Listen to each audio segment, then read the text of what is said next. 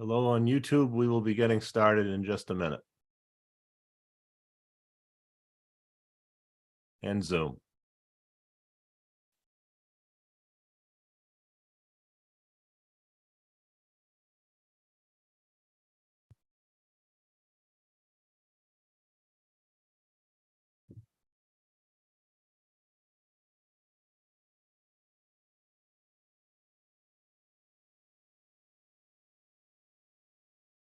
Okay, people are filing in, as the saying goes.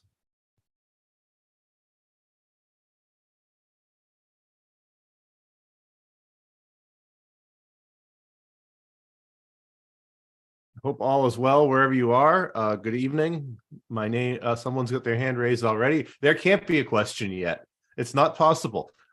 Good evening. My name is Mark Mamagonian. I'm the Director of Academic Affairs at the National Association for Armenian Studies and Research, NASR. Thank you for joining us today for Talat Pasha's Genocide, Technocrat, a biography of Mustafa, Reşat, Mimaroğlu with Umit. This webinar is co-sponsored with NASR by two of our frequent collaborators, our friends at the Arat Eskijian Museum and the Society for Armenian Studies. And I thank Maggie Mangasarian Goshen, director of the museum, and Christina Maranzi, the new president of the Society for Armenian Studies, for their collegial assistance and cooperation today, as always. And although Professor Maranzi cannot be with us, Maggie is, and I would like to invite her to say a few words. Maggie. Thank you, Mark. Thank you, NASA, for including us for today's presentation. And Umit, it's always a pleasure to see you, even though it's virtual. We would have liked to have you in person because I know that the entire Southern California, the community would have attended. Every time we have you, we have 150 people minimum attending, but I'm sure they'll be on Zoom. I always look forward for your lectures because you always have new materials to enlighten us. I've admired you for many years as a young starting scholar. You've come so much. You have so many accolades that you received, your publications in a short time. And you always do research goes beyond and above the barriers because you always look for new materials, areas that have not been exposed or researched before. So I know today's event is not going to be any different. So I'm looking forward. Thank you very much, as always. So keep up the good work. I think we have to change your last name to Umit Kuchian now this time. Thank you. Back to you, Mark. We'll see about that. Thanks, Maggie. Umit is still a young scholar, even if his beard tells a different story. So we are approaching the end of another busy year for NASR, and undoubtedly, I know the same is true of the co-sponsoring organizations as well. Organizations such as these that work to support Armenian studies and scholarship and to bring it to as wide as possible an audience need your financial support in order to function and to continue to do the work we do. Please contribute and support financially as members or as donors or as both to the extent that you are able to. And use the internet. You can find the websites for NASR, Society for Armenian Studies, Arat Eskijian Museum.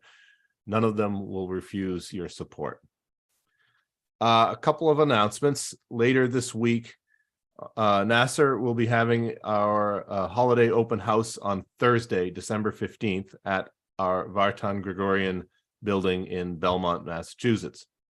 There will be a one day only 20% discount for in-store and online sales of all items in the NASR bookstore just on that day. And we will have two special events. The first will be a special youth program at 5 p.m. with Khachig Muradian, engaging in conversation with Harvard doctoral student Julia Hintlian and the audience on the books and authors that inspired my journey.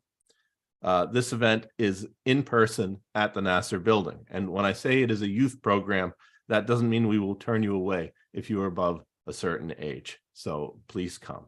At 7:30 p.m., we will present a lecture by the same Khachig Muradian entitled Gas Balloons, Emperors, and Armenian Map Makers, a cartographic journey through the Library of Congress's collections. This will be the third in our series of programs supported by the Dadurian Foundation in 2022 on maps and cartography and Armenian history. This 7:30 lecture by Muradian will be both in person and streamed live on Zoom and on YouTube. But please, if geography and other circumstances permit you to, come in person. Otherwise, we'll see you online. All ages are welcome. This will be our last program for 2022. Now, before introducing our speaker, there's another important but sad matter. Last week, we lost a friend and member of the Nasser Board of Directors, Edward Avedissian. Some of you, perhaps many of you, knew Ed Avedissian, and some of you will have seen the in memoriam piece that Nasser sent out yesterday, or those by other organizations that Ed supported so munificently. For Nasser, it was Ed's generosity that allowed us to create our new headquarters building in a manner that we think befits the organization and which is a source of pride for us, and we hope for the entire Armenian community. As anyone who knew Ed Avedissian knows, he was not interested in personal glory or recognition. On the contrary, he was ill at ease with it. He insisted that the building not bear his name, but the name of Vartan Grigoryan, someone whom he admired and respected greatly. Ed felt fortunate to be in a position to be able to help organizations, Armenian and otherwise, that he believed in. And we feel fortunate at Nasser that he believed in us.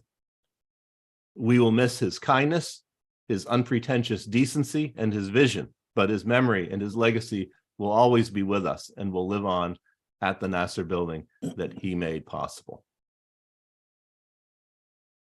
So I'm very happy today to be able to introduce a speaker who is by now a young old friend, Dr. Umit Kurt. Umit is assistant professor in the School of Humanities at the University of Newcastle in New South Wales, Australia. He is a historian of the modern Middle East with a research focus on the collapse of the Ottoman Empire. He specializes in the late Ottoman socio-economic history, the Armenian Genocide, mass collective violence, and interethnic conflicts. His broader training also includes comparative empires, population movements, history of the Ottoman urban and local elites, wealth transfer, and nationalism. He is the author of The Armenians of Aintab, The Economics of Genocide in an Ottoman Province, published by Harvard University Press in 2021, and co-author with Taner Akjam of The Spirit of the Laws, The Plunder of Wealth in the Armenian Genocide, 2017. His talk tonight, which he is giving for the first time anywhere, is related to a larger project of his that focuses on the perpetrators of the Armenian Genocide, and not only the relatively small number of elites who were the architects of the genocide, but also those such as the person about whom we will hear tonight, who were the facilitators of the genocide. Nasser, with the Knights of Vartan Fund for Armenian Studies, with which we partner, is proud to have supported Umit's work dating back to his days as a graduate student at Clark University. Therefore, it's especially with a special pride that I mentioned that the Armenians of Aintab has won the following prizes. 2022 honorable mention in the book prize given by the Ottoman and Turkish Studies Association. Finalist for the 2022 Prose Award in the World History category presented by the Association of American Publishers. And it was selected one of the 6 books that elevate understudied aspects of and connections between multiple historical genocides by Facing Today, a Facing History blog, earlier this year. There's one other announcement I would like to make before I turn things over to Umit. Since 2015, Nasser annually has given out the Dr. Sona Aronian Book Prizes for Excellence in Armenian Studies, recognizing important work in the field with separate prizes for scholarly monographs and translations into English. It gives me great pleasure indeed to announce that Umit Kurt is a co-winner of the 2022 prize for a monograph for the Armenians of Aintab. Let me finish, please. We will announce the other co-winner very soon, as well as the winner of the award for translation. So I say to Umit, congratulations. And I say to the audience, please use the Zoom Q&A function, and we will get to your questions as time permits following Umit's talk. Wow. Umit, the floor is yours, sir. Okay, now I'm speechless. I don't know. I think the conversation is over for me. Thank you so much. You really caught me off guard. It's just so the sheer surprise, and I'm so happy. I'm really, really honored. The first feeling is honor, and I'm so honored to be recipient of the co-recipient, of course, of this this quintessential award. And thank you so much for all the Nasser ceaseless support and endless support, and to you as well personally, that you just, even though I have been bugging you for years and years and over, you were okay with only one poppy bagel, and that's it. And you just fulfill what I ask for you. So I truly appreciate, and I'm grateful, and I will be always grateful as a scholar, as an emerging scholar still. So I truly appreciate it. I'm grateful for this award and for this priceless and precious support. And I would like to thank Ararat Eskici Museum and Maggie as well. And it's all these remarks are valid for her too. So I'm indebted to her to a great extent. And for this project, I would like to thank Nasser institutionally, and also Gulbenkian Foundation to support generously, and which enabled me to turn this project into a book in Turkish first and then English very soon. So, okay, let me pull myself together. Yes, it's a brand new project, I would say. I have been working on the motivations of perpetrators with a particular focus on their biographies before the genocide, during the genocide, and aftermath. Especially, I'm trying to finding and following the footsteps of these perpetrators in the Republican period as well. And mostly I focus on ordinary perpetrators, ordinary civilian Muslims, and also local elites, provincial notables as perpetrators, by using certain categories, by also utilizing categories from the different mass violent events such as Holocaust, such as Rwanda, Yugoslavian case, and so on and so forth. But in the past 2 years, my interest or axis has switched or a little bit changed to the perpetrators who were dubbed as technocrats, bureaucrats, officers, who did not get their hands dirty with blood, or who were not involved in sheer physical graphic violence. Instead, or rather, they were, like Mark has beautifully stated, a facilitator, enabler, this collective mass violent events such as Armenian genocide. So I'm gonna focus on one persona actually, within this framework. And I try to explain his motivations, his post-genocide career, and so on and so forth. So it's another way of reading his biography as well. So let me share my screen with you guys. All right, there we go. Good. So all good, right? Yes. Yeah. So Adolf Eichmann, Okay. Adolf Eichmann, an SS officer, carried out to the letter his given orders to send millions of Jews to death camps. The Jews were herded en masse onto trains and wagons where they could barely breathe, and every road of their journey was strictly controlled. Eichmann made sure that every single Jew reached the respective concentration and death camps. In his stunning biography of Eichmann, historian David Cesarani described him as a critical cog in the Nazi mass murder machine, along with Hitler, Himmler, and Heydrich. Interestingly, until November 1945, when the Nazis lost the war, and the Allies moved in to prosecute and punish them, Eichmann's name did not come to anyone's attention.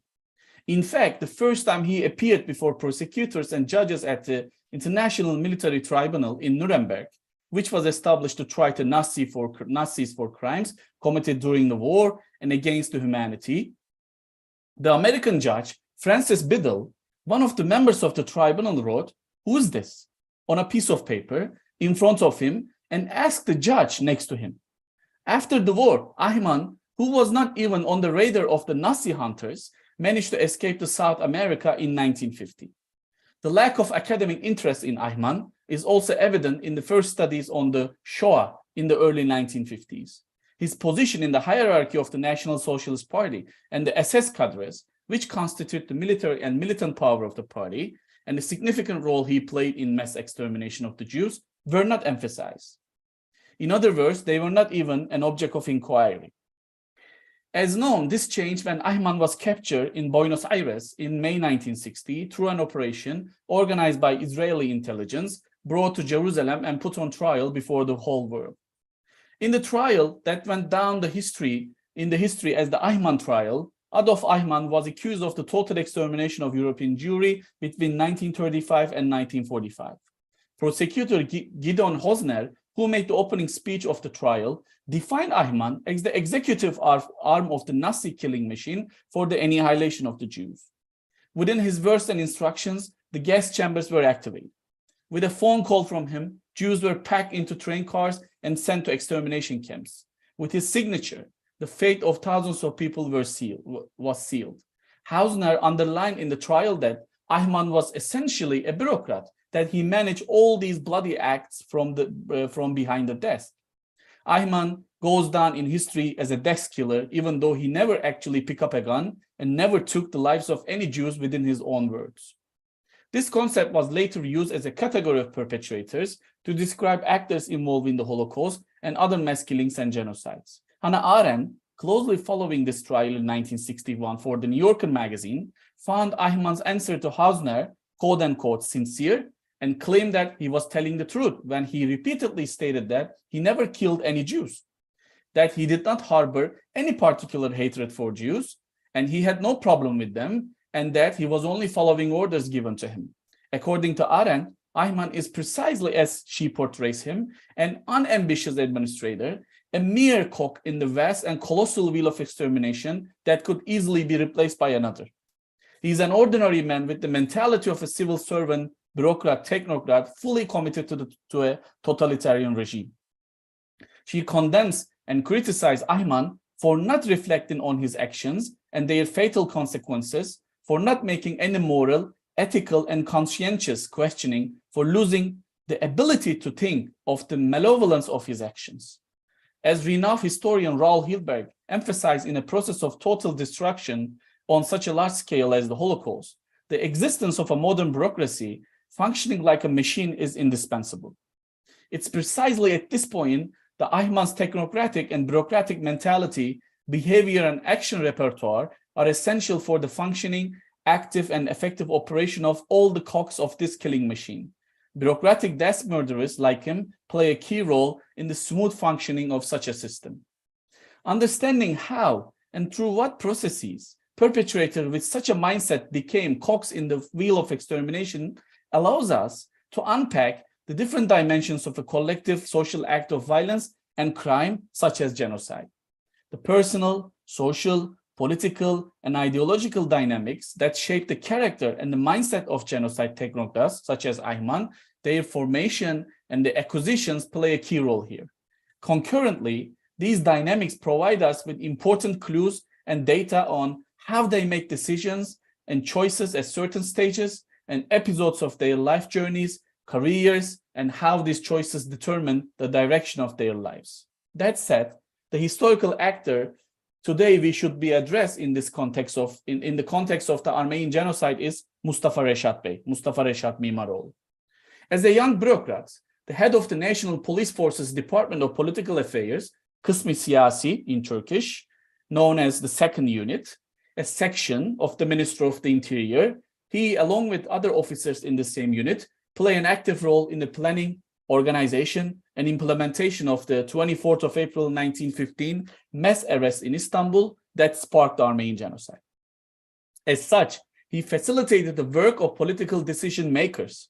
Mustafa Reşat smoothly handled all the bureaucratic and administrative procedures for the execution of Talat Pasha's decision to arrest and imprison prominent figures of the Armenian community, such as politicians from Daşnak, Hınçak, and Ramgavar political activists, intellectuals, journalists, writers, doctors, lawyers, pharmacists, secondary school principals, clergymen, merchants in a nutshell, the actors who constitute the triangulation point of that community, and then to kill them on the roads of Çankırı and Ayaş in central Anatolia.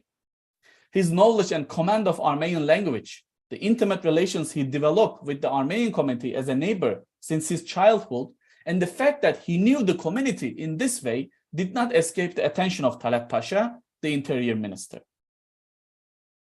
Mustafa Reşat followed Armenian language newspapers and periodicals printed abroad, and when he became the head of the Kısmı Siyasi, he served Talat, who was already trying to carry out the deportation and extermination of Armenians, a great deal thanks to his administrative and intellectual knowledge and experience. On his way as a local prefect, district governor, and governor, he evolved into a genocide technocrat and put his stamp on history as the bureaucrat who carried out the roundup of Istanbul's Armenian elite on 24th of April 1915, a tipping point in the process of destruction of Armenians. He had a mindset that was completely duty-driven, always fulfilled his job within the boundaries of hierarchy, and obeyed his superiors. As a careerist and modern bureaucrat who came out of the Talat Pasha's lap, his rise continued in the fledgling Turkish nation-state under Mustafa Kemal's leadership. In addition to this careerism and the sense of duty, he determined, chose, and carried out his actions around the ideal of salvation of the homeland and the nation. As an ultra-nationalist, Reşat was aware of that he was fulfilling a vitally important historical mission. More importantly, he proved to Talat, the key decision maker and the architect of this gigantic genocidal operation, that he could play a facilitative role in neutralizing the Armenian elite, and that he was a useful technocrat in the realization of the total deportation of Armenians, which required an enormous administrative and bureaucratic mechanism. In this presentation, based on his memoirs published in 2 volumes titled Gördüklerim ve Geçirdiklerimden, From What I Saw, From What I Experienced in Turkish translation, I try to reveal the paths of Mustafa Reşat's life and explain how he turned into a genocide technocrat. My main goal is to divulge not only the physical violent aspect of the genocide, which erupted in explosions of a long process, but also the desk bureaucrats, figures, and their actions as a category of perpetrators who prepared the propitious infrastructure, ground, and climate for such a large-scale violence.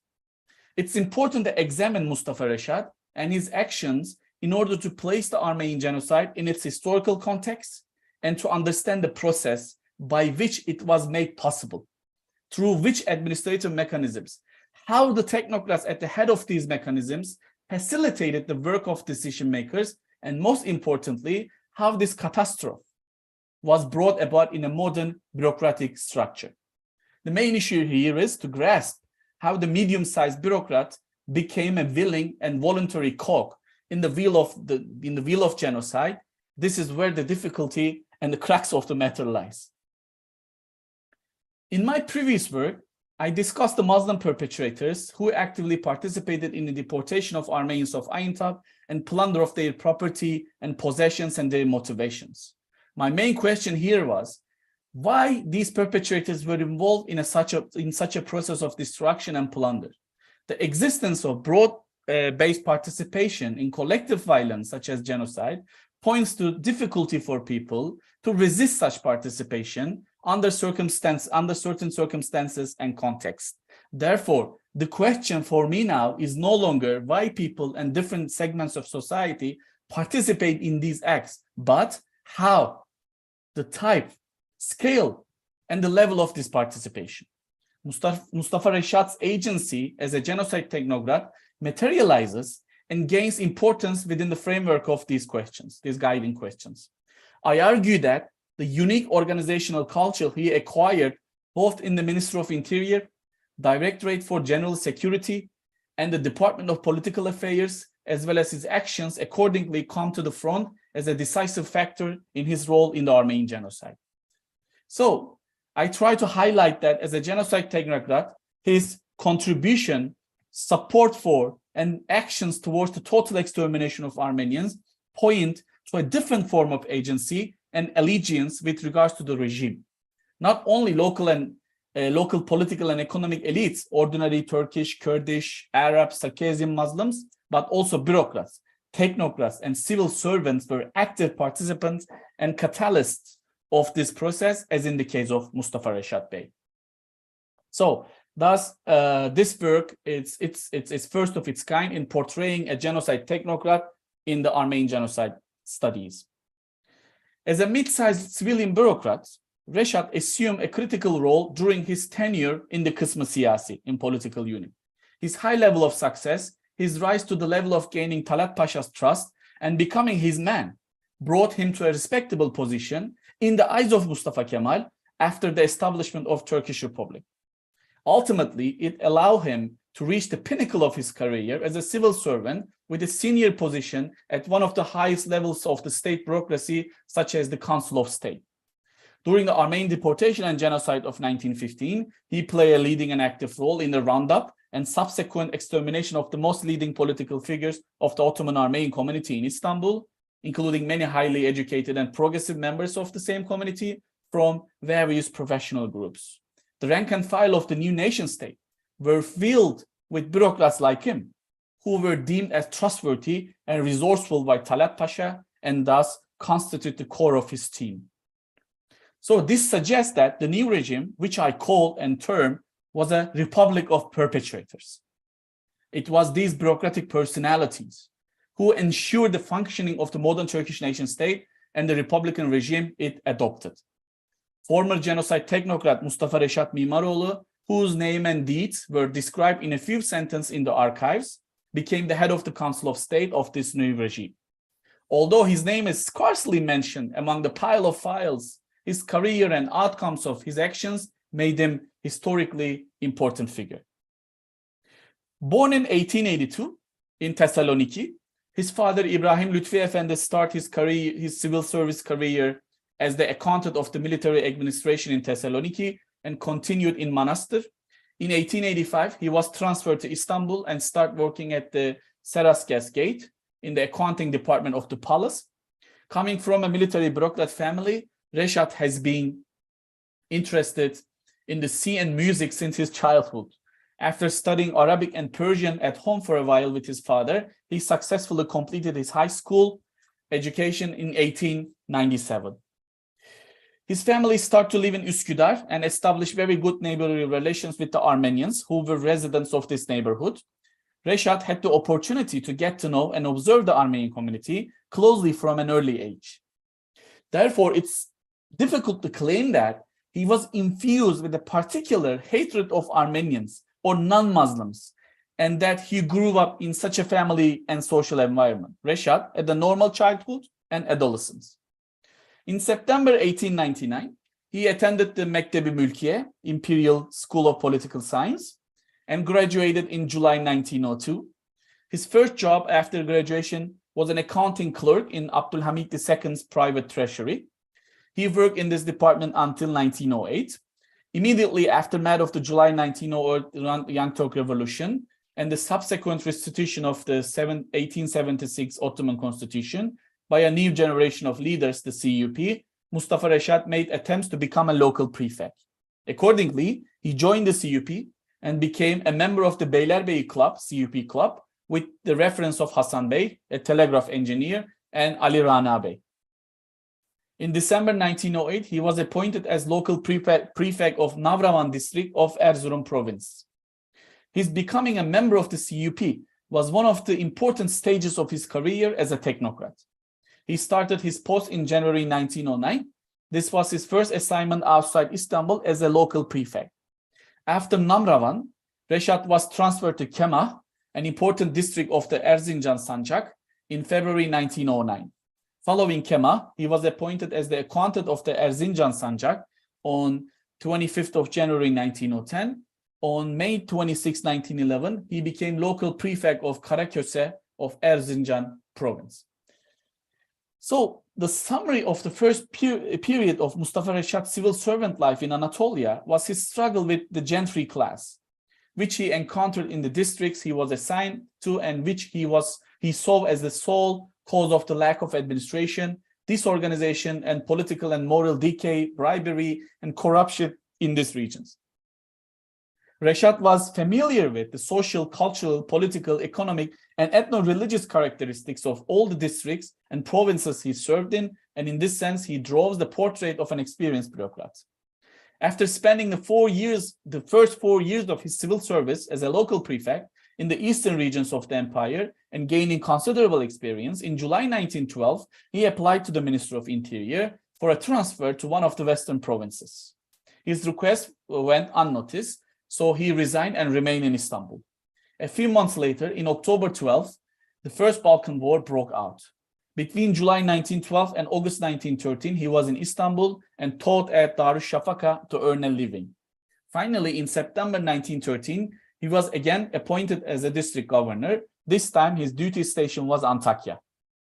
Mustafa Reşat resigned from his civil service in Antakya in May 1914. In Istanbul, where he had come to live for a family visit, he was offered to work in the Directorate of Kısmı Siyasi, political unit, by Bedri Bey, his colleague from Mülkiye, and the chief police in Istanbul at the time. He accepted the offer and started working in the political unit in 1914. I wasn't able to find the exact date, by the way. It was not available in the archives, in his record. In Reşat's words, Bedri Bey introduced him to Talat Pasha and presented him as, quote, a good, hardworking, and honest friend, unquote. As an officer in the political unit in the Ministry of Interior, he was, in his own words again, engaged in the illegitimate opposition front. In addition, he was tasked with following and knowing about the behavior, actions, and tendencies of domestic non-Muslim elements of the empire. Here, these elements were referred to as Ottoman Armenian citizens. The fact that he spent the first 4 years of his tenure in the eastern regions, where an overwhelming majority of the Ottoman Armenian community resided, and gained substantial observation and information about the Armenian community, as well as significant experience by working intensively in these regions, were main and sufficient references for Talat Pasha in assigning him to this task. Mustafa Reşat diligently pursued Armenian intellectuals and political figures in Istanbul and other provinces of Anatolia and monitored their every single step. He learned Armenian from the time he was a student at Mülkiye and thus was able to follow Armenian publications abroad. The first important task of the political unit during the war period was to track down the Hınçaks, Social Democrat Hınçakyan Party, and foil their assassination plans against Enver, Talat, and Mithat Şükrü Bilada, as well as Cemal Pasha's. In 1914, the Hınçaks, under the leadership of Sabah Gülyan, were in preparation of assassinating the CUP leaders, which tried to recover from the disaster it had suffered at the end of the Balkan Wars and regain power through the coup d'etat and took back the Edirne from the Bulgarians. Reşat believed that Armenian komitacıs, in his own words, took advantage of the defeat of the Ottoman Empire, suffered after the Balkan Wars, and mobilized for independence. This is how he believed and told. While the government was occupied with the prevention of the assassination of 3 key figures of the CUP, on the other hand, due to the conflagration of the World War I, he said, all Armenians adopted an openly hostile attitude, and the secret societies all over the country became active and strengthened the weapons of the people. And with Turkey's entry into the war, they started riots in Van, Kozan, Zeytun, Muş, Karahisar, and they were waiting for the Russian army to enter Turkey from the east, unquote. These quotes are all from his memoirs. These lines showcase Reşat's view of the Armenian question. For him, the Armenians were traitors who sought independence, who had betrayed the nation and the state and attempt to destroy its existence. He held a view that the Patriarchate, Armenian schools and other institutions, Armenian inhabitants of Anatolia and Rumelia, provinces and provincials, who lived in Istanbul as bachelors and worked as porters, janitors of inns and apartments, and some small tradesmen, and even those who came from other provinces and settled in Istanbul with salaries, excluding the people originally from Istanbul, all of them carried the ideal of an independent Armenia. Again, in 1915, he wrote, the committee organization in Istanbul was disbanded and its members were expelled from the Istanbul martial law administration, and the follow-up of bachelor Armenians from the provinces in Istanbul was carried out. He monitored the behavior and actions of the Armenian and Greek population of Istanbul, who were not subjected to deportation and more importantly, those who were citizens of Allied powers. His duly fulfillment of his duty and his so-called outstanding performance did not escape the attention of Talat. On March 14, 1915, he was promoted to the chief police in the political unit. His rise in the state bureaucracy reached a critical point on June 27, 1916, when he was appointed as this time head of the political unit. So what was his understanding of Armenian question in his memoirs, as he revealed in his memoir?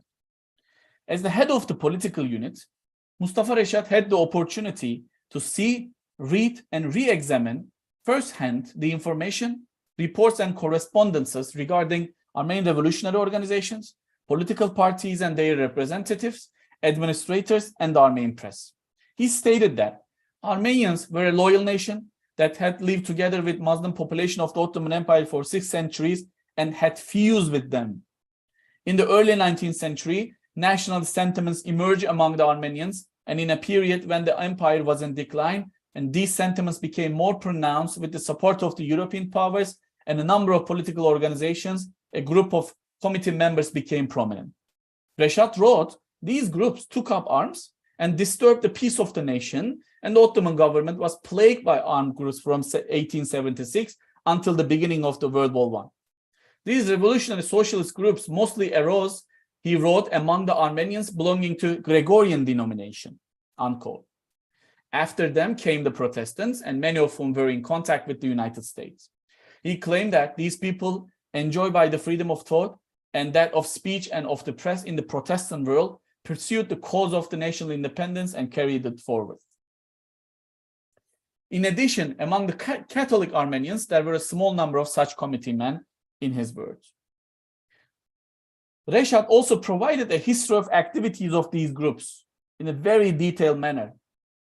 Accordingly, in 1870 and the following years in Istanbul, Shah Nazaryan, Portakalyan, Minas Çeras, RPR, and Demircibaşyan, and many other nationalists and active young people, as well as poets such as Bagdinian and Felkian, sought to awaken the nation through their teaching at schools and their writings in books and newspapers, in Reşat's own words. Allegedly, Reşat argued Portakalyan, quote, sowed the seeds of the idea of independence in one and the Caucasus, unquote. Mustafa Reşat wrote and believed that Khrimian Hayrik, the Armenian delegate in one back then, beloved by Armenians for his services to the nation, also worked hard for this cause.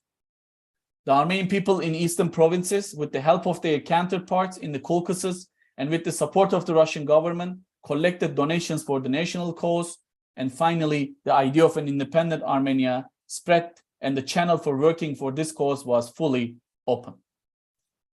He continued with to present his views and observation on the quote-unquote Armenian question with interesting detail in the following pages of his memoirs.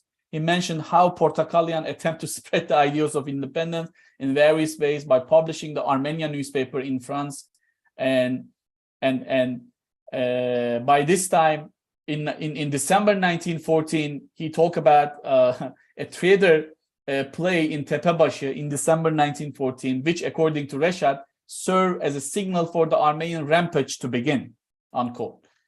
By this time, the Ottoman Empire was already involved in the World War I on the side of Germany against the Allies, and Armenian men of military age were conscripted into the army, and on September 6, 1914, by the order of Talat Pasha, the behavior and movements of all Armenian politicians and intellectuals and dignitaries were followed and monitored by the Mustafa Reşat. For the first time, Talat ordered comprehensive measures against the Armenian leadership in large parts of the country and prefigured his 24th of April 1915 circulars. It was, in a way, first sweeping political move to 24th of April, and the Talat taking full control on Armenian political party and committee leaders toward a step on the road to genocide. It was also during this period that the Ottoman army confronted the Russian armies in northern Iran and the Caucasus. Putting sets of events into a chronological framework by making frequent flashbacks, Mustafa Reşat suggested that Armenians had been seeking a revolution since 1870, and that it first broke out in Sassoon in 1894. Invigorated by the weakness of the Ottoman Empire after the defeat in Russo-Turkish War of 1877-78, the Hınçak organized an uprising in Sassoon, in which the infamous revolutionary Hampartun Boyajian, who became later a member of the Ottoman Parliament after the Young Turk Revolution, spearheaded. Subsequently, Armenians caused a great uproar in Sassoon when the Kurdish Hacı Musa, a well-known landlord, kidnapped, and she was raped too, by the way, an Armenian girl named Gülizar. This is Reşat's views of the events in Sassoon, which he characterized as rebellion, riot, insurrection, and uprising, interchangeably using those words in his memoir. Writers such as Esat Turas, Bilal Şimşir, Türkkaya Ataöv, Yusuf Halaçoğlu, Hikmet Özdemir, who have established the main pillars of the official Turkish historiography on the Armenian issue, have fully adopted this framework drawn by Mustafa Reşat and put forward similar theses in different periods up until now. Along these lines, Mustafa Reşat pictured what the quote-unquote Armenian question was in the state discourse, which he adopted from top to bottom and made a significant concrete contributions to its formation. In reality, what happened in Sassoon Mountains in the summer of 1894 was a sheer state violence and indiscriminate killings of unarmed mountaineers committed by the Ottoman military, and the first organized massacre of Armenians during the reign of Abdülhamit II. Additionally, Reşat explained in detail the sources on which he based his knowledge and know-how on the Armenian issue. The most salient of these sources was Esat Turas, who had studied Armenian too, English and French, sources and materials in the Ottoman archives, and with whom he had worked in the political units. The documents available in the Ministry of Interior and revolutionary activities of Armenian communities, which was published on the basis of articles and photographs in periodicals and newspapers printed by Armenians in foreign countries, and finally, Talat Pasha's memoirs were the sources Reşat relied on. According to him, these were the publications that have caused material and moral damage to the Armenian nation by adding the characteristic of indiscretion to some of the well-known pleasant, unpleasant, and some other characteristics of the Armenian nation, unquote. For Reşat, the Comitages constantly appealed to European states through any means they found. In 1899, Minas Çeras led a delegation to the Hague Peace Conference and submitted a memorandum. In the formal word, the latter attended the conference at Hague to spread Armenian propaganda. But Reşat pretends not to know that Ahmet Rıza, the CUP opposition leader in Paris, was also in the conference, organized meetings with Minas Çeras, and discussed possible strategies to follow against Abdülhamit II. Ahmet Rıza took Minas Çeras into account because Minas Çeras was both respected by the IRF, Armenian Revolutionary Federation, and Hınçakyan Party as well. On the other hand, Reşat stated that Armenians of Egypt applied to the French Minister of Foreign Affairs and reported that there will be a massacre in Adana and the Armenians should be protected. Reşat questioned how the Armenians realized that such an event would occur and believed that they did everything to provoke it. For him, the meetings with King Edward VII of England and the Russian Tsar in Reval in 1908 opened a new door of hope for Armenians. Additionally, Reşat recorded that the same, recorded about Armen Garo, who fled to Russia immediately after the outbreak of World War I, and as soon as the war between Russians and the Ottomans began in late 1914 and in the winter of 1915. And in the early days of the war, Karakin Pastırmacıyan and his voluntary units entered the Beyazıt border at the head of the Armenian volunteer units as the vanguard of the Russian military forces. And allegedly, and according to Reşat, he organized a massacre against the Muslim population. Reşat remarked that despite all these atrocities of Tsarist Russia, Armenians changed their direction after the Balkan Wars and entered Russians' orbit again. Per him, upshots of the Balkan Wars and the political changes that followed were effective in this decision of the Armenian political organizations. while conveying all these details, his main purpose is to lay bare the treachery, ingratitude, and disloyalty of Armenians. In his eyes, the loyal nation, Millet-i Sadıka of Armenians, was now in treason. They have turned their backs onto Ottoman Empire, which protected and looked after them and boarded the ship of Tsarist Russia. So his way of reading this part of his history rather selective. Okay, so to him, in the days immediately preceding the 1908 Rangtok Revolution, Russia carried out extremely violent persecutions against the Armenian Revolutionary Organization in the Caucasus, especially against the Tashnaks, and many of them defected to Turkey in the early days of the revolution, and the CUP acted in partnership with them against the Abdülhamit oppression as a common enemy.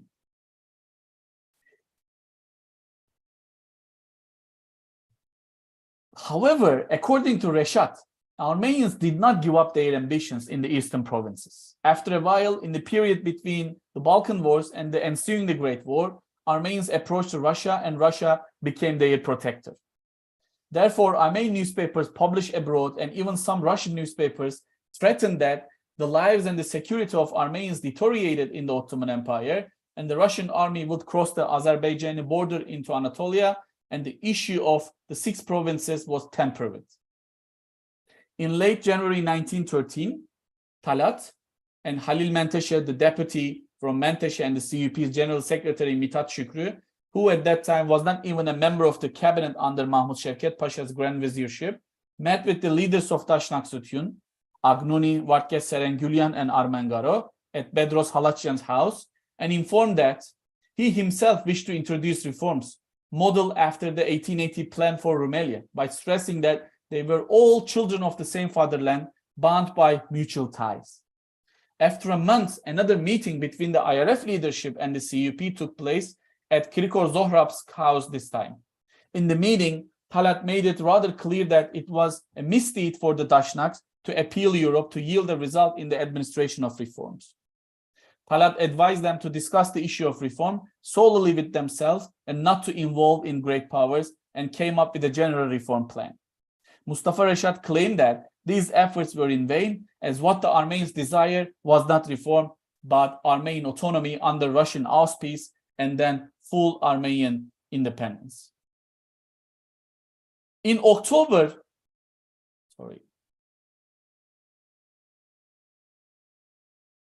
I need to take this down. Okay, all right. In October 1914, an assassination attempt sponsored by Hınçakyan Party was made in Istanbul, first on Talat and then other leading unionists. However, the planners were caught before they could carry it out.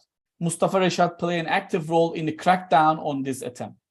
He was personally present during the interrogations of the captured high-ranking Hınçak members, especially Paramas and Hamparsun Boyacıyan, which started in August 1914 and lasted March 1915, and he took their statements. Subsequently, he launched a major arrest operation in Istanbul. Both those involved in the assassination plan and the Hınçak members in Istanbul who attended the Hınçak Congress in Constanza were taken into custody one by one. After the prosecutor's office prepared the indictment, they were put on trial before the military court. In January 1913, when the CUP came back to power after a military coup, Azmi Bey became the Directorate for General Security in Istanbul. He established a strong organization here and established the political units. In one of these units, namely the Directorate of the Second Unit, he assigned Mustafa Reşat. In this unit, Reşat took charge of the Armenian affairs due to his command of the Armenian language. Ali Rıza Bey, who had served as superintendent in the same unit, was later appointed as the chief of the Armenian desk by Reşat. With the instruction of Reşat Bey, Ali Rıza put Armenian politicians under surveillance. The person who would help him in the pursuit of Hınçak committee members, for instance, in question, was an officer from the intelligence service, Artur Esayan, alias Arshavir Sahakyan, whom Talat had succeeded in infiltrating the Hınçakyan party. After earning the Hınçak's trust, Arshavir made himself selected as a delegate to the Constanza Congress by the party's Cairo Committee in September 1913. Later, Arshavir continued the work for Reşat. Ali Rıza followed the members of Hınçak Committee, including leading figures as Paramas and Hamparsun Boyajian day by day, and finally arrested them on the orders of Reşat. Ali Rıza's next task, again under Reşat's directives this time, was the prosecution of members of the IRF in Istanbul. He reported that, quote, "I will give you new task," Reşat said, and pulled out his desk drawer, placed 12 photographs in front of him, and gave his order. Quote, "These are the most important members of the Armenian committees in Istanbul, and also well-known members of the Technocrat committee. First, you will get to know them personally, and then you will follow them. You will find out their places of residence, where they travel to and from, with whom they come into contact. You will see them closely every day and report to me," unquote. Ali Rıza followed Reşat's instruction word for word and run after principal IRF politicians, writers, and intellectuals who entered and left the building of Azadamart, the official publication of the IRF, day by day, watching every step they took and reporting them to Mustafa Reşat.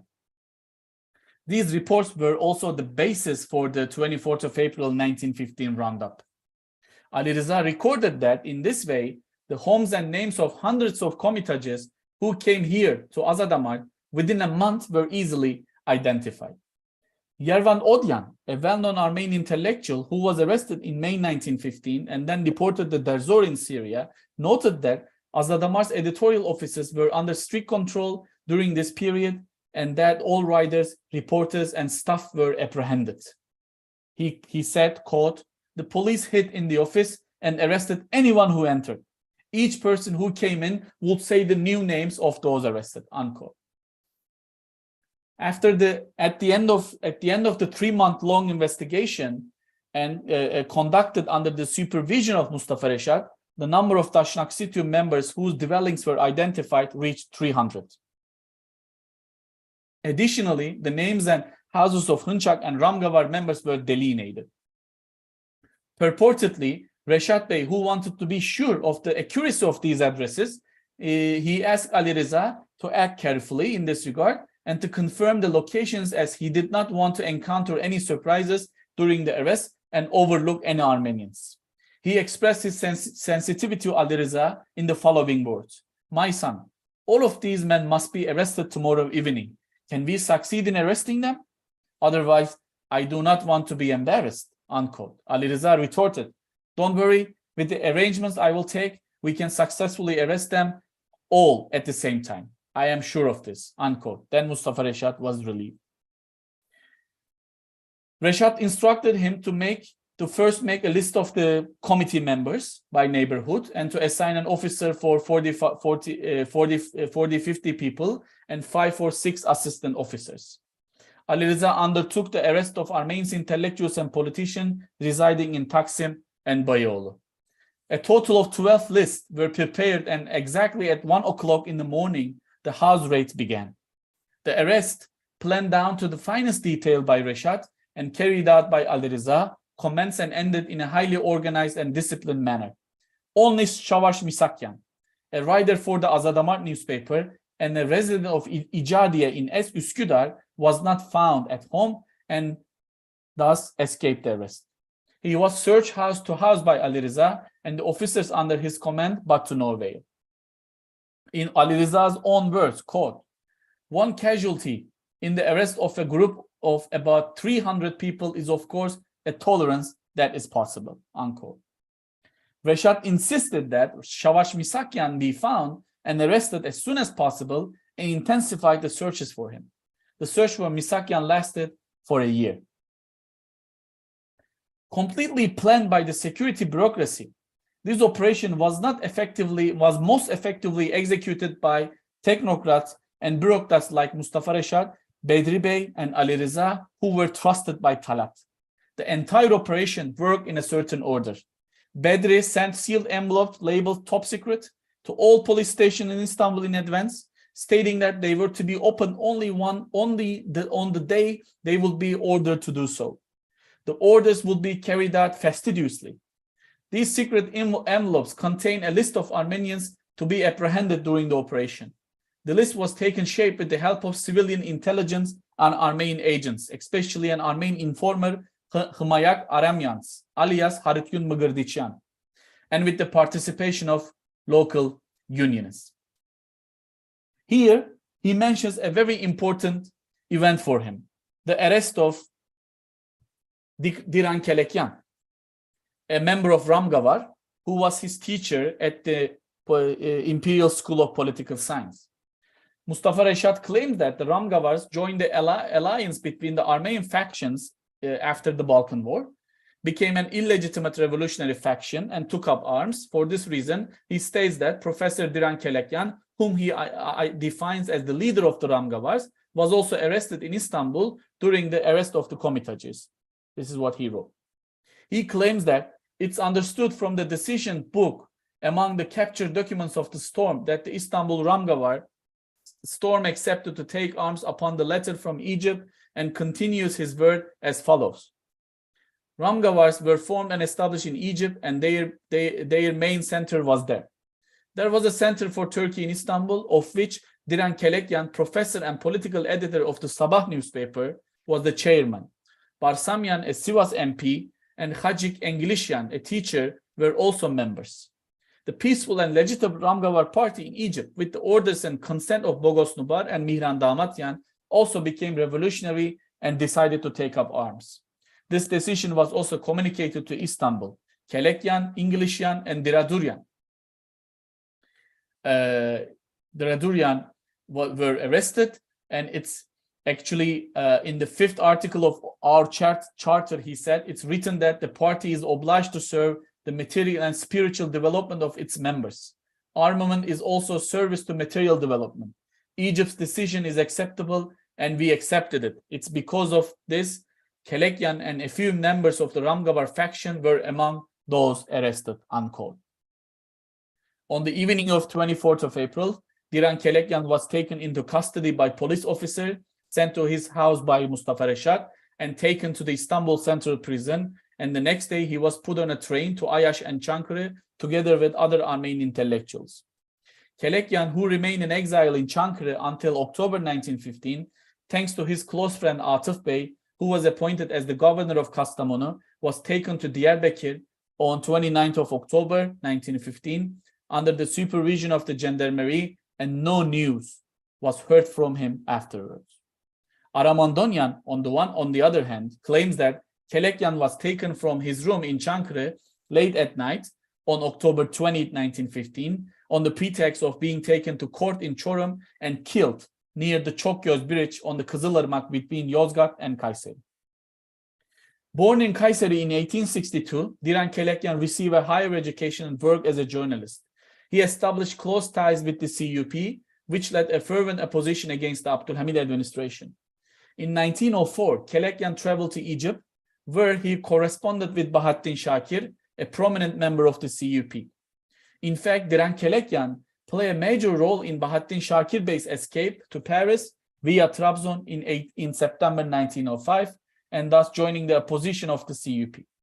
In addition to this, he was someone whom Bahattin Şakir consulted, and on so many political issues, he was almost his confidant. He smuggled Şakir to Paris by providing him with both financial and logistical support. For a period, he played a major role in the communication of the Paris-Egypt branches of the CUP. In their correspondence, Diran Kelekyan generally argued to Bahattin Şakir that more widespread decentralization was needed and that provinces should have some more autonomy, even if limited. In his correspondence with Bahattin Şakir, he expressed his complete opposition to the policy of Turkification at every opportunity. Upon the reproclamation of constitutional monarchy in 1908, Kelekyan returned to Istanbul and became the editor-in-chief of the liberal-leaning Sabah newspaper. In 1909, he was appointed as a lecturer in political history at the Mektebi Mülkiye. And a year later, he started teaching political history at the military academy. He became a member of the Ramgavar Party, which was founded in 1908 and advocated constitutional democracy. In the period between 1902 and 1907, Diren Kelekyan, who was together with the Young Turks in Egypt, Switzerland, and Paris, continued his fierce political struggle against the autocracy of Abdülhamid, incurred with the wrath of Bahattin Shakir, with whom he had once fought together on the front lines against the regime of tyranny.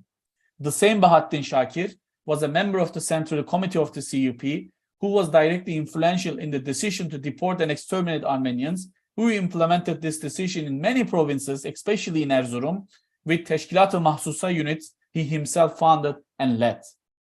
Bahattin Shakir did not lift a finger for Kelekyan, a one-time comrade of his, who was arrested by Mustafa Reşat, a student of his from the Imperial School of Political Science.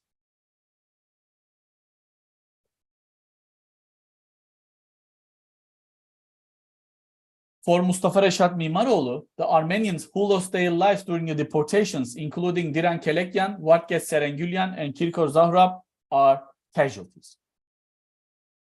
In mid-October 1916, Talat Pasha sent him to Vienna together with the General Director of Public Security to acquire information about police services. When he left the political unit in 1917, he recorded that he handed over to his successor the profiling containing the residence and other information of 2,000 people whom he deemed suspicious. He was appointed the district governorship of Aydın in 1917 and left the police force. He submitted a regular collection of papers and records of the General Directorate of Public Security, but all of them were wiped out in late 1918, he argued. Shortly after Aydın, he became the district governor of Bolu, and in late December 1917. Shortly after the war, among the first actions of Damat Ferit Pasha's initial cabinet were the initiation of legal proceedings against the members of the CUP involved in the deportation. Mustafa Reşat was one of those arrested as the former district governor of Bolu. On March 10, 1919, immediately after his arrest, he was sent to Bekira division, the prison. During his interrogation, he exerted strenuous effort to downplay his actions. According to him, he was solely the head of the department in General Directorate. Yet, his self-exculpation came to naught. In May 1920, he was taken aboard the battleship of Emperor of India and exiled to Malta, along with 10 others, including Mustafa Abdülhalik Bey, Ali Cenani Bey, Lieutenant Colonel Basri Bey, and Hacı Ahmet Bey, for their crimes against humanity during the Armenian deportation. They were called prisoners of war in Malta. Mustafa Reşat was released from Malta on October 25, 1921. He was sailed from Malta to İnebolu, and he became a member of the Kemalist government in Ankara. And after arriving in Ankara, he was appointed governor of Tokat and started his duty in November 1921. He resigned from the governorship of Tokat in May 1921. In September 1922, he was appointed as the teacher of Turkish history and geography at Tokat Darül Muallim. He quit in March 1923 and engaged in a trade for a while. And however, his civil service life took precedence, and at the same time, he was appointed as a second-class civil inspector in Diyarbakir by the Minister of Interior. The center of the inspectorate was Siirt in the southeast. In addition, Bitlis, Muş, Van, and Hakkari were included in the district. Later, Diyarbakir, Mardin, and Siverek were added to these. His knowledge and observations of the eastern provinces was thorough.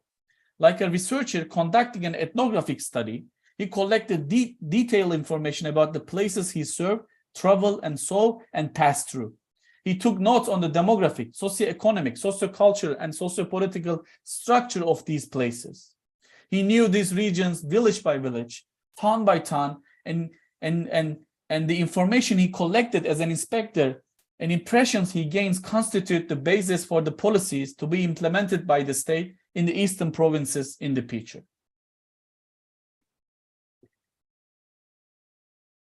Mustafa Reşat summarized his impressions about these regions, which are quite Orientalist, civilizationist, and modernists as follows. The eastern provinces of the country have really suffered a lot from the officials who were poor in morals and lacked good manners.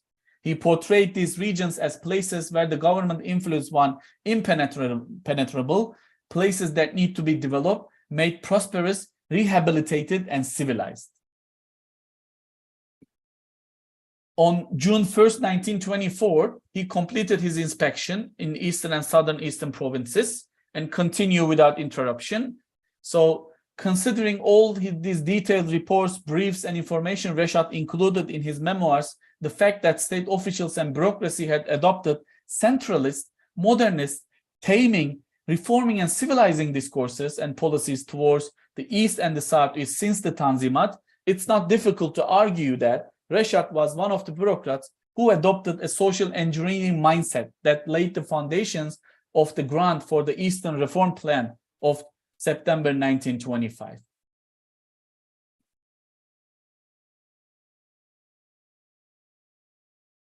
So, as after serving as a civil inspector in the East and Southeast, he was appointed as the governor of Zonguldak in November 1924. After Zonguldak, he became Adana governor in October 1925. During his tenure in Adana, in January 1927, he ordered the confiscation of movable properties of the Catholic Armenians remaining in the province. After serving Adana, he climbed to the perhaps the highest echelon of his civil servant bureaucrat life and was elected as the head of the first chamber of the Council of State, known as the Tanzimat Dairesi, and he was finally rewarded for all these years of service to the state. As a civil servant, bureaucrat, and technocrat who was mentally and spiritually attached to the bureaucratic apparatus of the state, Reşat always adhered to the hierarchy of subordinates and superiors, paid utmost attention not to go beyond the rules and regulations, and completely conceded his individuality and initiative to the formal features of the state. This order and irregularity in the bureaucracy is not a situation Reşat could accept.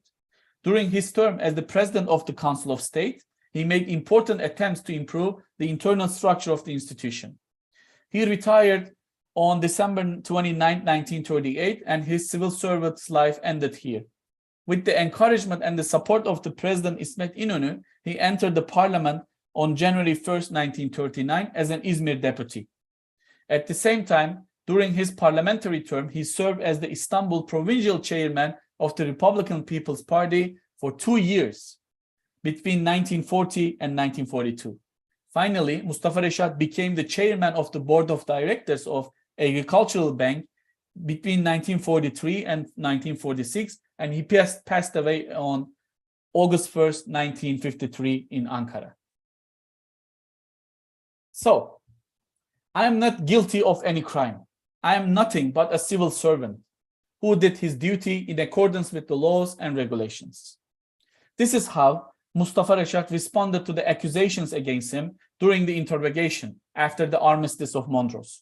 Like every civil servant or technocrat, he was obliged to fulfill his duties as required by the laws and regulations and to follow the orders and instructions of his superiors without question.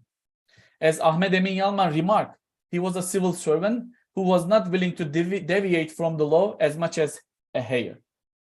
His mindset does not allow for a normative or moral filtering of the deeds in his action repertoire while performing his duty.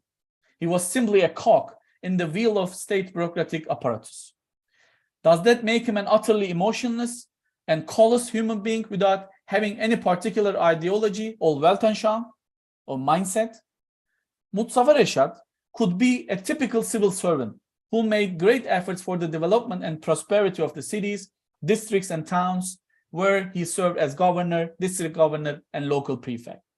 He was a bureaucrat and administrator who gained a great deal of experience on how the country should be governed. Yet, he was aware of what he did as a result of the choices and preferences he made and the consequences of them.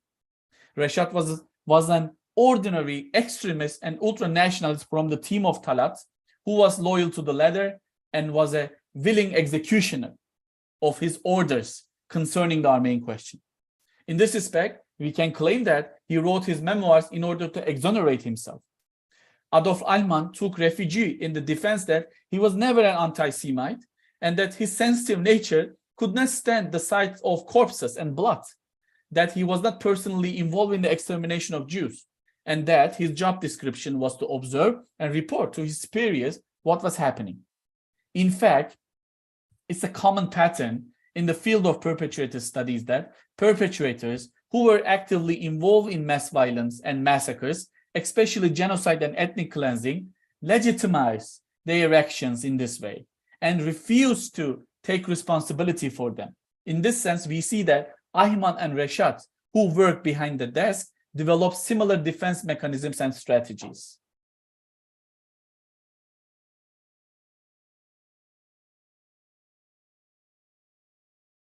Although Reşat was working in Istanbul, he also spent as much time as necessary on deportations. For instance, Sabit Bey, the governor of Mimaroğlu, informed Talat Pasha that despite many notifications, there were still Armenians in the district of Malatya who were not deported, and the officials involved in this matter were misusing their duties. In response, Talat sent one of his most trusted bureaucrats, Mustafa Reşat, to Malatya on 24th of August 1915 to investigate matter on the spot. Mustafa Reşat studiously and devotedly fulfilled his duty for Talat Pasha, the architect of genocidal structure on a micro and micro scale, in order to ensure the effective functioning of the organization of destruction of which he was a part. Technocrats like him were the engine of the organization in question for a modern state and its actors who carry out mass killings. The state apparatus, which develops destructive policies with the aim of exterminating an ethnic, racial, religious, cultural, economic, political, and social group of community, needs highly organized structures that act in a certain division of labor over which it has absolute control. It is within such a framework that Mustafa Reşat's role crystallizes. In addition to trying to understand and explain the Armenian genocide through forced deportation, physical and performative violence, it should be bear in mind that the policies of extermination were shaped within an organizational network in which desk bureaucrats like him were involved. It's possible to argue that there is an interaction and interpenetration between the organizational norms of the CUP and state bureaucracy. In this way, the CUP built a solid social and elite support for its political agenda. For Mustafa Reşat, his actions within the political units were routine, ordinary, daily operations that he performed without thinking about or needing to think about the consequences of his actions. This is what the organization he belongs to and has developed a work ethic of his own requires. Therefore, in essence, Mustafa Reşat fulfilled the necessity of his duty at all hazards. This institutionally constructed ethics of the political unit and the Minister of Interior above it supersedes Mustafa Reşat's personal, ethical, and moral undertaking. This is also a guarantee that he would advance rapidly in his bureaucratic career and reach key position. For Mustafa Reşat, his actions of sending the arrested Armenian intellectuals to their deaths on 24th of April were almost an ordinary administrative procedure in a modern bureaucratic organization. He was quite willing and conscious to implement the task assigned to him and even felt authorized to do so. Above all, he was convinced of the rightness and righteousness of his action. In the final analysis, he served the organization he worked for, and in this as Talat Pasha. He identified himself with the institution, structure, and organization he was affiliated with, and his bureaucratic actions associated with ideology and collective identity of this structure. So the rank and file of the CUP bureaucratic apparatus were not merely passive figures who followed the orders and instructions of their superiors to the letter. In terms of their qualifications, bureaucratic agents were innovative, tax-oriented, and problem-solving. A medium-sized bureaucrat like him was well aware of what he was doing and what political purpose he was serving, at what outcomes it would have, and the possibilities and options before him. He was a bureaucratic elite of the Republic who showed no signs of remorse for his direct role and duty in the calamity that befell the Armenians. In fact, he was conscious and proud of what he did and what was done. His life story, and especially his post-genocide career, clearly showcased that the new nation state shaped by the Kemalist cadres, which included a large number of CUP members who were involved with the CUP from one side or the other, was a republic of perpetrators. This fledgling nation state and the Republican regime rest on labor, work, efforts, actions, and mentality of this generation of upper, middle, and lower scale bureaucrat, technocrat, rank and file, such as Şükrü Kaya, Tahsin Uzer, Abdülhalik Renda, Ali Rıza Öğe, Zeynel Abidin Özmen, Hüseyin Aziz Akyürek, and Mustafa Reşat, as indispensable members of the Talat team. And these personalities, especially Mustafa Reşat, have been amply rewarded for their efforts. Thank you so much for your patience.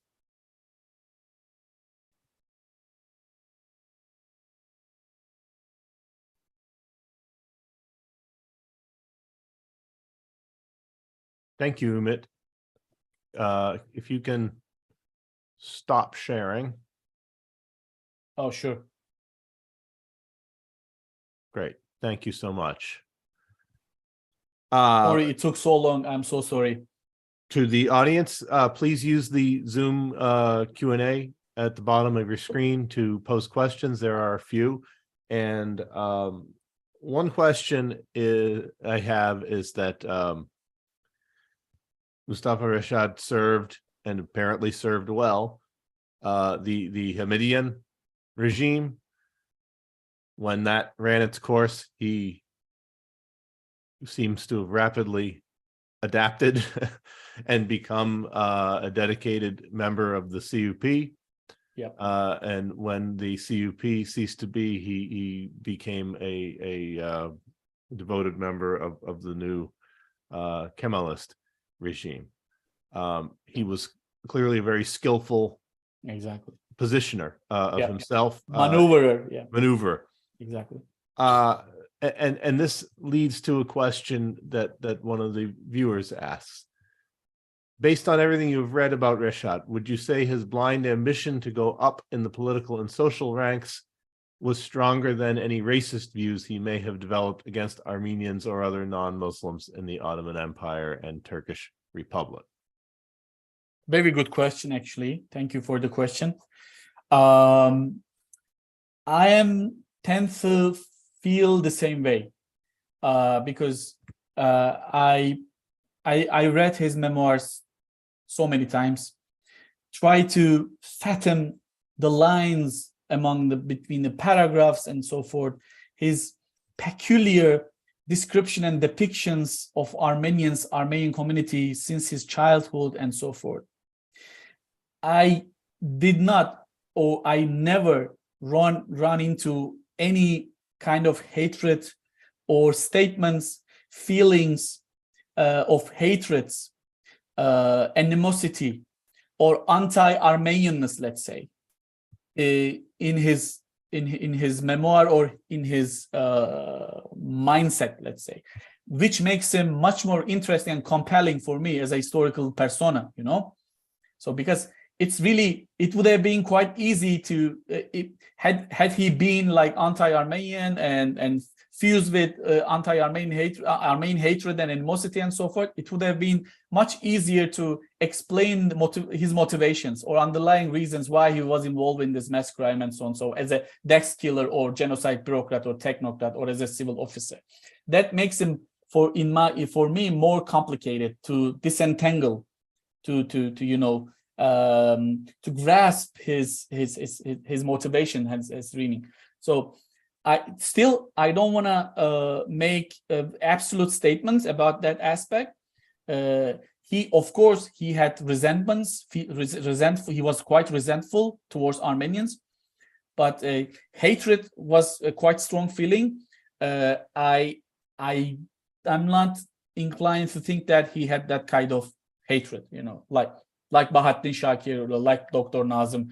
These two guys, these infamous guys, they had been revealing their animosities towards Armenians even before the revolution, before 1908, in their correspondences with the representatives of the CUP in Thessaloniki, in Manastır, and so forth, even in Bulgaria too. Maybe this is an impossible question to answer, but which is more of the outlier and which is more of the representative? The Mustafa Reşat, who had no such hatred in your view, or Dr. Bahedin Shakir, who did?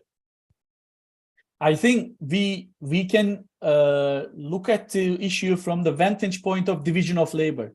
So that also enables us to see the different dimension and intricate aspects and vignettes of the Armenian genocide. You know, I know it's changing our understanding and our point of view towards this calamity which inflicted upon Armenians. So in order to realize such a tremendous mass killing, you really need various kinds of labor. Manual laborers like criminals, murderers, and also the technocrats, bureaucrats, which should make the system, make the ball running and rolling, and make this crime like a smooth criminal. Make this wheel of extermination efficient all the time. Of course there were breaks, there were halts, there were stops, they were backwards and so forth, but these guys got involved, came into scene at these particular moments and make the machine work out again. Another question regards Mustafa Reşat's knowledge of Armenian. As you mentioned, he learned Armenian. Did he learn Armenian at Mekteb Mulkiye, or had he learned it elsewhere? Okay. Yep. And how common was it for civil servants, technocrats, or bureaucrats involved in the genocide to have a working knowledge of Armenian? And what do we know about how they used their linguistic knowledge apart from monitoring the Armenian press, as you referred to? Yeah, again, great question, very engaging questions. In Mekteb-i Mulkiye, in the Imperial School of Political Science, there were like elective courses, language courses, Armenian, Greek, Arabic, Persian, and so on and so forth. And Mustafa Reşat, since his childhood, he was raised in Icadiye, in Üsküdar. So his brethren were Armenians, overwhelmingly.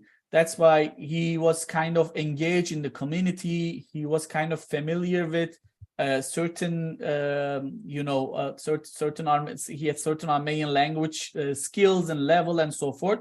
But of course, in Mekteb-i Mulkiye, he improved it. He improved his Armenian language skills. He intentionally chose this language because he was aiming at working for the Ministry of Interior from scratch. So that's why his adamancy to learn Armenian dovetail with his desire to work for the Ministry of Interior as an intelligent officer, police officer, but an intelligent police officer. So that was one thing. Yes, it was kind of a common pattern among certain civil bureaucrats, technocrats, who wanted to or who aimed to work for Ministry of Interior. They were more inclined to learn Armenian in Mekteb-i Mulkiye. And interestingly enough, and sadly, Diran Kelekyan was one of his Armenian teachers in in political science department. So he had intimate relations with Diran Kelekyan, and then eventually he became the one who arrested him.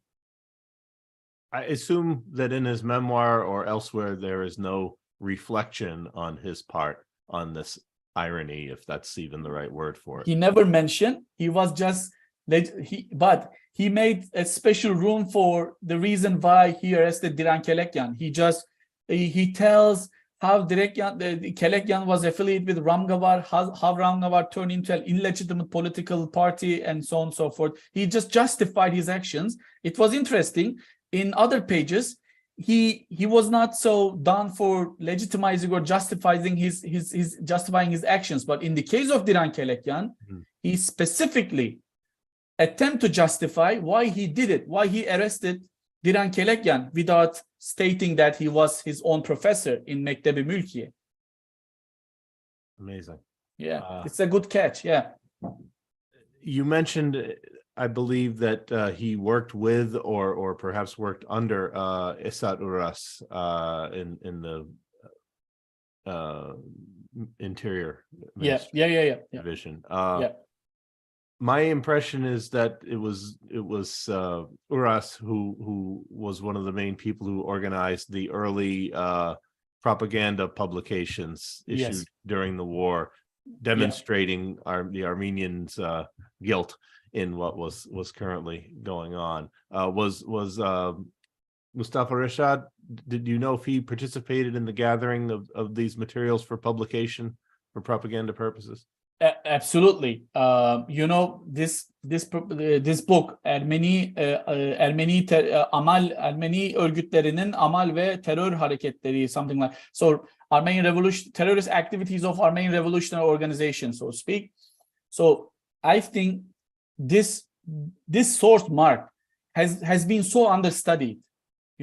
We should really work on this because it includes number of Armenian sources from press, from periodicals, and so on and so forth. As you know, it was published under by the order of Enver Pasha as the Minister of War to counter the blue books. Yeah, and all these accusations against the deportation, massacres, and so on and so forth. So that's why they issued this propaganda war booklet, let's say, and this was translated into German, French, and modern Turkish as well. So first of all, Reşat was superior of Esat Uras. Oh, I had it backwards. Yes, yeah. So, but they collaborated and they worked closely, intimately in the Ministry of Interior. They both spoke Armenian and they were involved in the interrogations of not only Hınçakyan members, not only Paramas and his friends, but also when the IRF politicians were arrested, Esat Uras, Harutyun Megırdisyan, Armenian informer, and Mustafa Reşat, they all interrogated them in Armenian together at the same time. They were all present in the room. So Esat Uras was another police chief. He was the very first person who wrote the first book, and which constitutes and still valid as the state denialist discourse in Turkey with respect to the Armenian genocide. So Mustafa Reşat, while writing his memoir, all the information and his knowledge, his know-how was relied on this source mostly.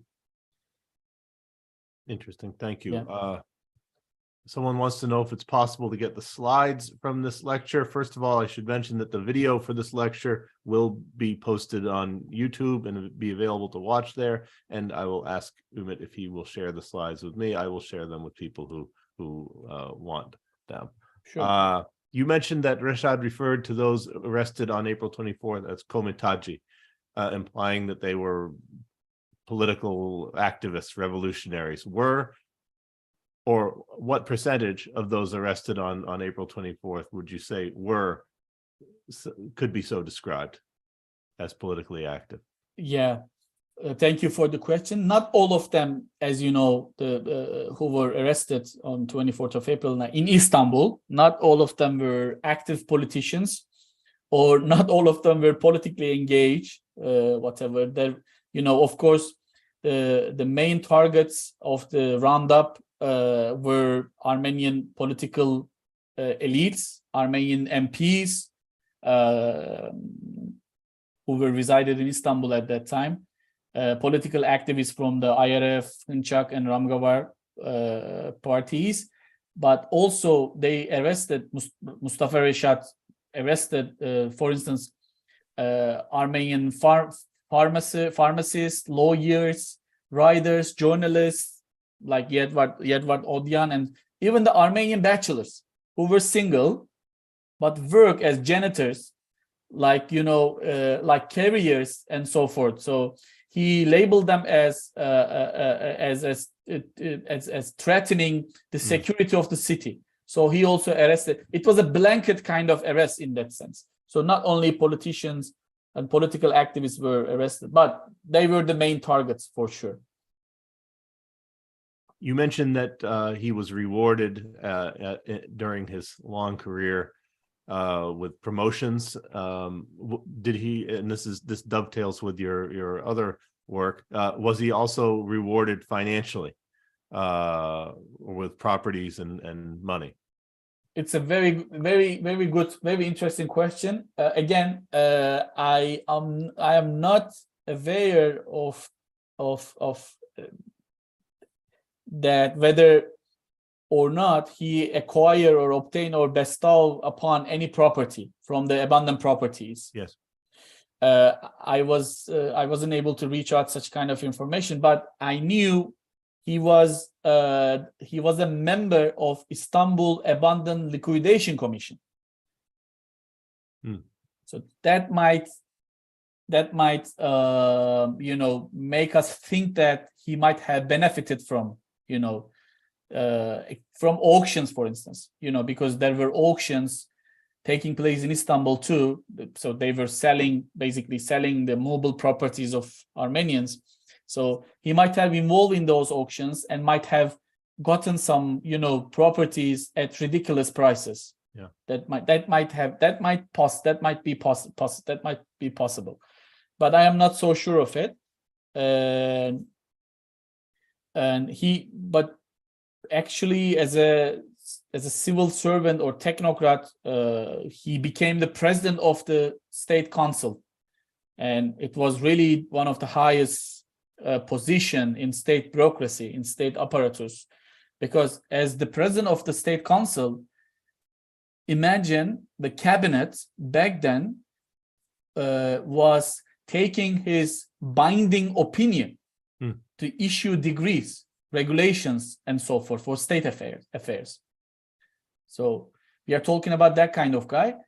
And most importantly, after his retirement from the civil service, he became a board member of Agricultural Bank, which made him, which gained him a good fortune anyway, as a board member of one of the or the single agricultural bank in Turkey. This is the pattern. He was not the only guy. So the pattern is the following: those kinds of guys like him, like Hüseyin Aziz Akyürek, exactly the same way. They reach out the highest echelons of the state bureaucracy. Once they got retired, all of a sudden they were given chair in the board members of the agricultural bank, at the tobacco industry, and so forth. This is exactly the pattern among these guys. They did well. Yeah. In short. What is this research that you presented tonight leading to? Are you going to be writing this as something? Yeah. Now it will be published in Turkish as a book in the first place by Aras Publishing House in late January or early February, and then I am publishing an article in English as well about this subject. But next, last but not least, I am now writing it in English in a book format. So it will be published as a book in English too, of course, within 2 years, hopefully. And do you have the intention to carry on with this work on perpetrators? Do you see other researchers who are joining in on this effort? I hope it will open up avenues for them to join me and be on board with me. I'll be the happiest. But I think I have done enough on the perpetrators and their motivations, their biographies, and so forth. The next project will be now, I have always been working on how the violence took place, under which circumstances, and so forth. Now, the next project will be the restraint of violence. Why, under propitious circumstances, one violent event takes place one place but not other. So this is what I'm going to be focusing on. I believe explaining the parameters or features which makes violence impossible gives us important clues and insight why the genocide or the mass violence also happen. Why? So that's why I'm the next project will be the focusing on the restraint of violence by focusing on an adultery incident which took place in Adapazarı in 1911. I am trying to explain the whole whole thing from this event through the prisms of this event. I see. Well, it's a big subject, obviously, and when people talk about the Armenian genocide and the amount of research that has been done and is being done on it, of course, there is simply so much more to be done. So, as always, thank you for your work. Congratulations on the recognition it has received, and we're very proud of that, and That's a big should be surprise. as well. And thank you on behalf of the co-sponsors, the Arat Eskijan Museum, the Society for Armenian Studies, and Nasser. And we look forward to having you in person again someday, Umit. We will make it happen. And until then, we will be seeing you on screen. And to the audience, thank you for your attention through this very rich and detailed talk. And I would encourage you, if you're interested, go back and watch it again. It will be on YouTube very shortly, and you can benefit even more from hearing it a second time, I'm sure. So thank you all. Good night. Stay well. Happy holidays. Thank you all. Happy holidays. Thank you so much.